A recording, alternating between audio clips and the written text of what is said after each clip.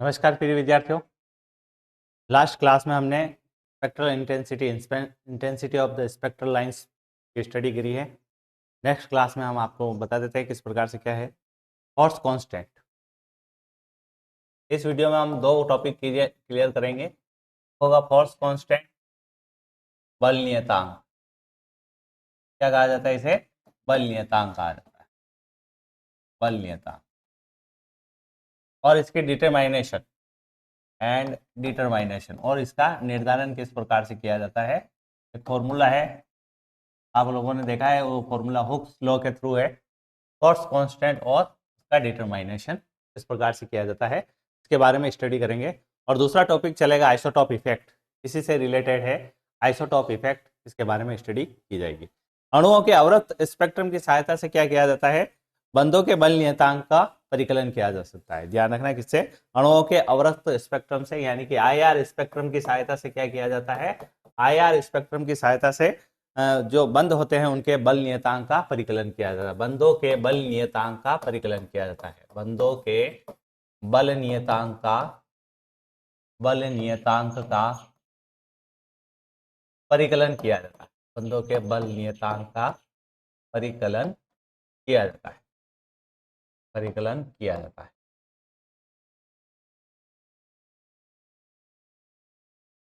यह IR spectrum में होता है। बंधों के बल नियतांक को उनकी बंध सामर्थ्य के समानुपाती होता है। खास करके ध्यान रखना है, बंधों के बल नियतांक जो होते हैं उनके बंध सामर्थ्य के समानुपाती होता है। बंधों के बल नियतांक, बंधों के बल नियतांक उनके बंध सामर्थ्य के, उनके बंध सामर्थ्य बंध सामर्थ्य के समानुपाती होता है। बंध सामर्थ्य के समानुपाती होता है, ये समानुपाती होता है।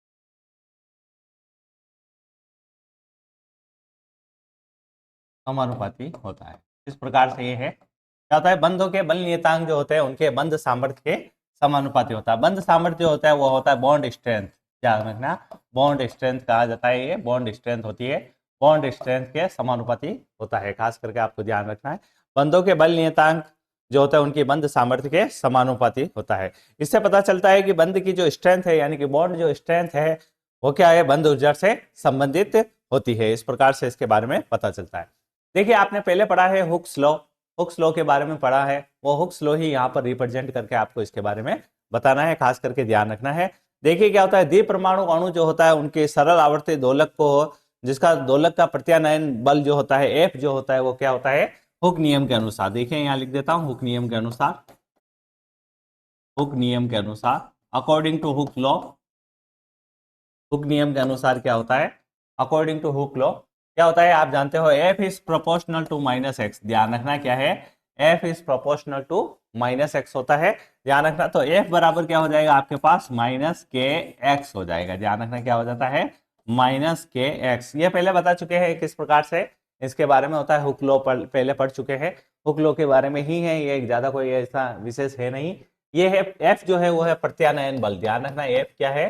प्रत्यानयन बल है, रिस्टोरिंग फोर्स। प्रत्यानयन बल, प्रत्यानयन बल है। ध्यान रखना, क्या है? Restoring force. यहाँ इंग्लिश में लिख देता हूं, रिस्टोरिंग फोर्स, रिस्टोरिंग फोर्स। ध्यान रखना, प्रत्यानयन बल है ये। और x क्या है? x विस्थापन है। ध्यान रखना, डिस्प्लेसमेंट है, विस्थापन है। खास करके आपको ध्यान रखना है, x क्या है? यहाँ पर x विस्थापन है। f is proportional to minus X, और f बराबर क्या होता है? माइनस के एक्स। ये होता है, ये हुक लॉ के अंतर्गत है। यानी कि द्विपरमाणु अणु को सरल आवर्ती दोलक के रूप में माना गया है, जिसमें जो प्रत्यानयन बल होता है एफ जो होता है वो क्या होता है? विस्थापन के सीधे समानुपाती होता है। ये मैंने आपको लैंग्वेज बोल करके समझा दी है। ध्यान रखना, एफ जो होता है यानी प्रत्यानयन बल जो होता है वो विस्थापन क्या होता है? सीधे समानुपाती होता है। ध्यान रखना, एफ जो होता है प्रत्यानयन बल होता है वो विस्थापन के क्या होता है? सीधे समानुपाती होता है। ये किस नियम के थ्रू है? ये ध्यान रखना, हुक नियम के थ्रू है, ये हुक्स लॉ के थ्रू है। ध्यान रखना, ये आप लोग जानते हो। यहां पर अगर मान लीजिए इसकी पूरी डेफिनेशन दी जाए तो किस प्रकार से होगी? ये यहां पर मान लीजिए x बराबर 1 सेंटीमीटर लिया जाए, यहां पर लिख देता हूं मैं नेक्स्ट, x बराबर क्या लिया जाए? 1 सेंटीमीटर लिया जाए। क्या लिया जाए? 1 सेंटीमीटर x बराबर क्या लिया जाए आपके सामने, x सेंटीमीटर लिया जाए, तो k बराबर क्या हो जाएगा, ध्यान रखना, k बराबर हो जाएगा आपके पास -f हो जाएगा। क्या हो जाएगा, k बराबर क्या हो जाएगा आपके पास -f हो जाएगा, इस प्रकार से हो। अतः आप बल नियतांक की परिभाषा किस रूप में दे सकते हैं, यह आवृत्ति दोलक का प्रति इकाई विस्थापन होता है। यह ध्यान रखना, यह आवृत्ति दोलक का प्रति इकाई विस्थापन प्रत्यानयन बल होता है। आवृत्ति दोलक का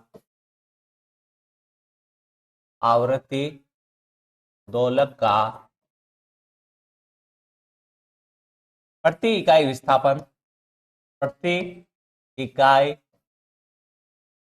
इकाई विस्थापन देख लीजिए, x बराबर 1 ले लिया है, इसलिए क्या लिखा है, प्रति इकाई विस्थापन। क्या होगा, प्रति इकाई विस्थापन। प्रति इकाई विस्थापन क्या होता है, प्रत्यानयन बल होता है। ध्यान रखना, क्या होगा, प्रत्यानयन बल होता है। प्रत्यानयन बल को क्या कहा जाता है, रिस्टोरिंग फोर्स कहा जाता है। इसे F से लिखा जाता है। ध्यान रखना, किससे लिखा जाता है, इसे F से लिखा जाता है। आवृत्ति दोलक का प्रति इकाई विस्थापन क्या होगा, वो प्रत्यानयन बल कहलाता है। ये आप इसकी डेफिनेशन इस प्रकार से भी दे सकते हो, किस नियम के अनुसार, हुक लॉ के अनुसार। इस प्रकार से इनका मान रख करके x बराबर 1 सेंटीमीटर मान रख करके k बराबर क्या हो जाएगा, -f हो जाएगा। ध्यान रखना इस प्रकार से, और इसकी डेफिनेशन क्या हो जाएगी आपके सामने रिप्रेजेंट कर रखी है, मैंने लिख रखी है। यानी कि x बराबर 1 सेंटीमीटर आवृत्ति दोलक का प्रति इकाई विस्थापन जो होगा, और प्रति इकाई विस्थापन लेना है, वो कितना हो जाएगा, प्रत्यानयन बल कहलाता है। ध्यान रखना। अब आपको बताया था ये पहले, मूल कंपन आवृत्ति के रूप में भी इसे निम्न प्रकार से लिखा जा सकता है। ध्यान रखना, मूल आवृत्ति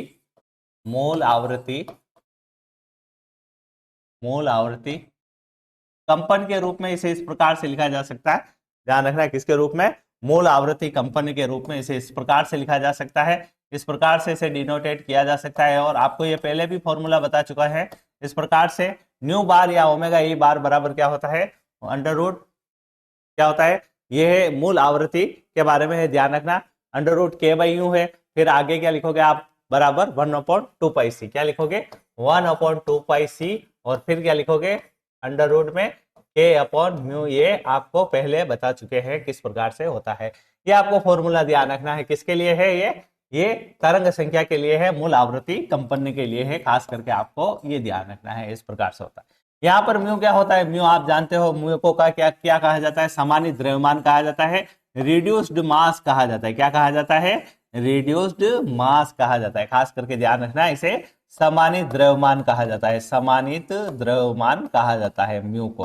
म्यू का मान क्या होता है, आपको पहले भी बता चुके हैं, पहले ये म्यू का फॉर्मूला आया है। तो म्यू का मान क्या होता है, आप लोग जानते हो, m1 m2 upon m1 plus m2। ध्यान रखना, m1 प्लस m2, इस प्रकार से इसका फॉर्मूला होता है। ध्यान रखना, म्यू का फॉर्मूला क्या होता है, m1 m2 upon m1 plus m2, इस प्रकार से इसका फॉर्मूला होता है। खास करके आपको ध्यान रखना है। यहाँ पर म्यू क्या है, म्यू आप जानते हो रिड्यूस्ड मास है। अब k के मान को आपको किस प्रकार से इसको रीराइट करके लिखा जा सकता है, पुनः लिखित रूप में लिखा जा सकता है। रीराइट करके अपन k के मान को लिखेंगे। आपको ध्यान है, k का मान क्या होता है, आपको पहले बता चुके हैं। k का मान क्या होता है, k बराबर होता है 4π²। आपको पहले बता चुके हैं k का मान क्या होता है, 4π² new bar square c square mu होता है। ध्यान रखना, 4π² c square new bar square और म्यू होता है। इस प्रकार से आपको पहले k का मान बता चुके हैं। k का मान इस प्रकार से लिखा जाता है। ध्यान रखना है, आपको k का मान पहले बता चुके हैं। क्या होता है, k बराबर 4π² न्यू बार स्क्वायर और c स्क्वायर और म्यू। इस प्रकार से ये फॉर्मूला होता है। इसी फॉर्मूले को आगे मैं रिप्रेजेंट कर देता हूं किस प्रकार से है। देखिए, k बराबर क्या था अपने पास, 4π², फिर c स्क्वायर, फिर न्यू बार स्क्वायर और फिर म्यू। इस प्रकार से ये फॉर्मूला आप जानते हो। म्यू बराबर क्या है आपके पास, म्यू बराबर आपने क्या लिया है, m1 m2, फिर क्या लिया है अपॉन m1 प्लस m2। इस प्रकार से आपने एक वैल्यू ली है। तो अब ये वैल्यू यहाँ पर पुट करके रखोगे, आपके किस प्रकार से वैल्यू आएगी देख लीजिए।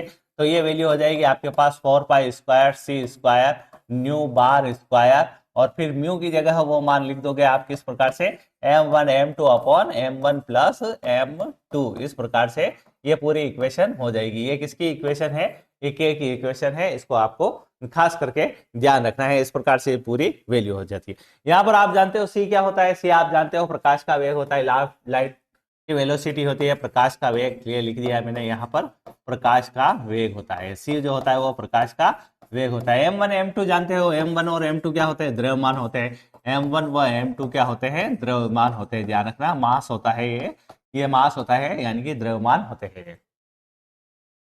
दोलित परमाणुओं के द्रव्यमान कहा जाता है। क्या कहा जाता है इन्हें? दोलित परमाणुओं के द्रव्यमान कहा जाता है। इस प्रकार से क्या होता है, मूल कंपन आवृत्ति न्यू बार जो होती है वो द्विप परमाणु अणुओं के परमाणुक द्रव्यमान की ज्ञात मानों की सहायता से बल नियतांक का अपन मान ज्ञात कर सकते हैं। ध्यान रखना, ये चूंकि बंध जो होती है वो बंध सामर्थ्य का माप होता है, इस प्रकार से इसको ध्यान रखना है। बल नियतांक तथा अणुओं की बंध ऊर्जा में गुणात्मक संबंध होता है। ध्यान रखना, बल नियतांक तथा अणुओं की बंध ऊर्जा में बल नियतांक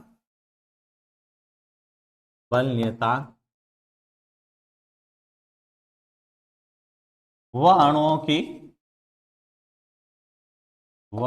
की बंध ऊर्जा में गुणात्मक संबंध होता है। ध्यान रखना, कौन सा संबंध होता है, इनमें गुणात्मक संबंध होता है। गुणात्मक संबंध होता है, खास करके आपको ये ध्यान रखना है।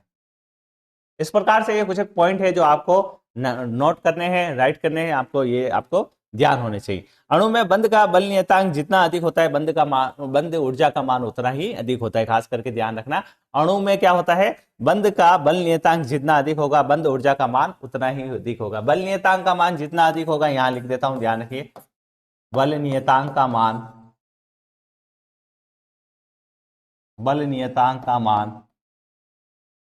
जितना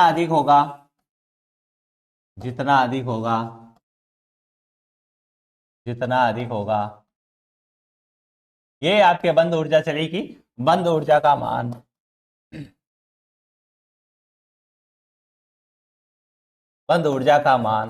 उतना ही अधिक होगा। बंध ऊर्जा का मान उतना ही अधिक होगा। खास करके आपको ध्यान रखना है, बंध ऊर्जा का मान भी उतना ही अधिक होगा। खास करके ये चीजें आपको ध्यान रखनी है। देखिए क्या है, एक तो है आपके पास बल नियतांक व अणुओं के बंध ऊर्जा में गुणात्मक संबंध होता है। अब किस प्रकार से ये काम करेगा, बल नियतांक का मान जो होता है वो जितना अधिक होगा, बंध ऊर्जा का मान भी उतना ही अधिक होता रहता है। ये आपको खास करके ध्यान रखना है।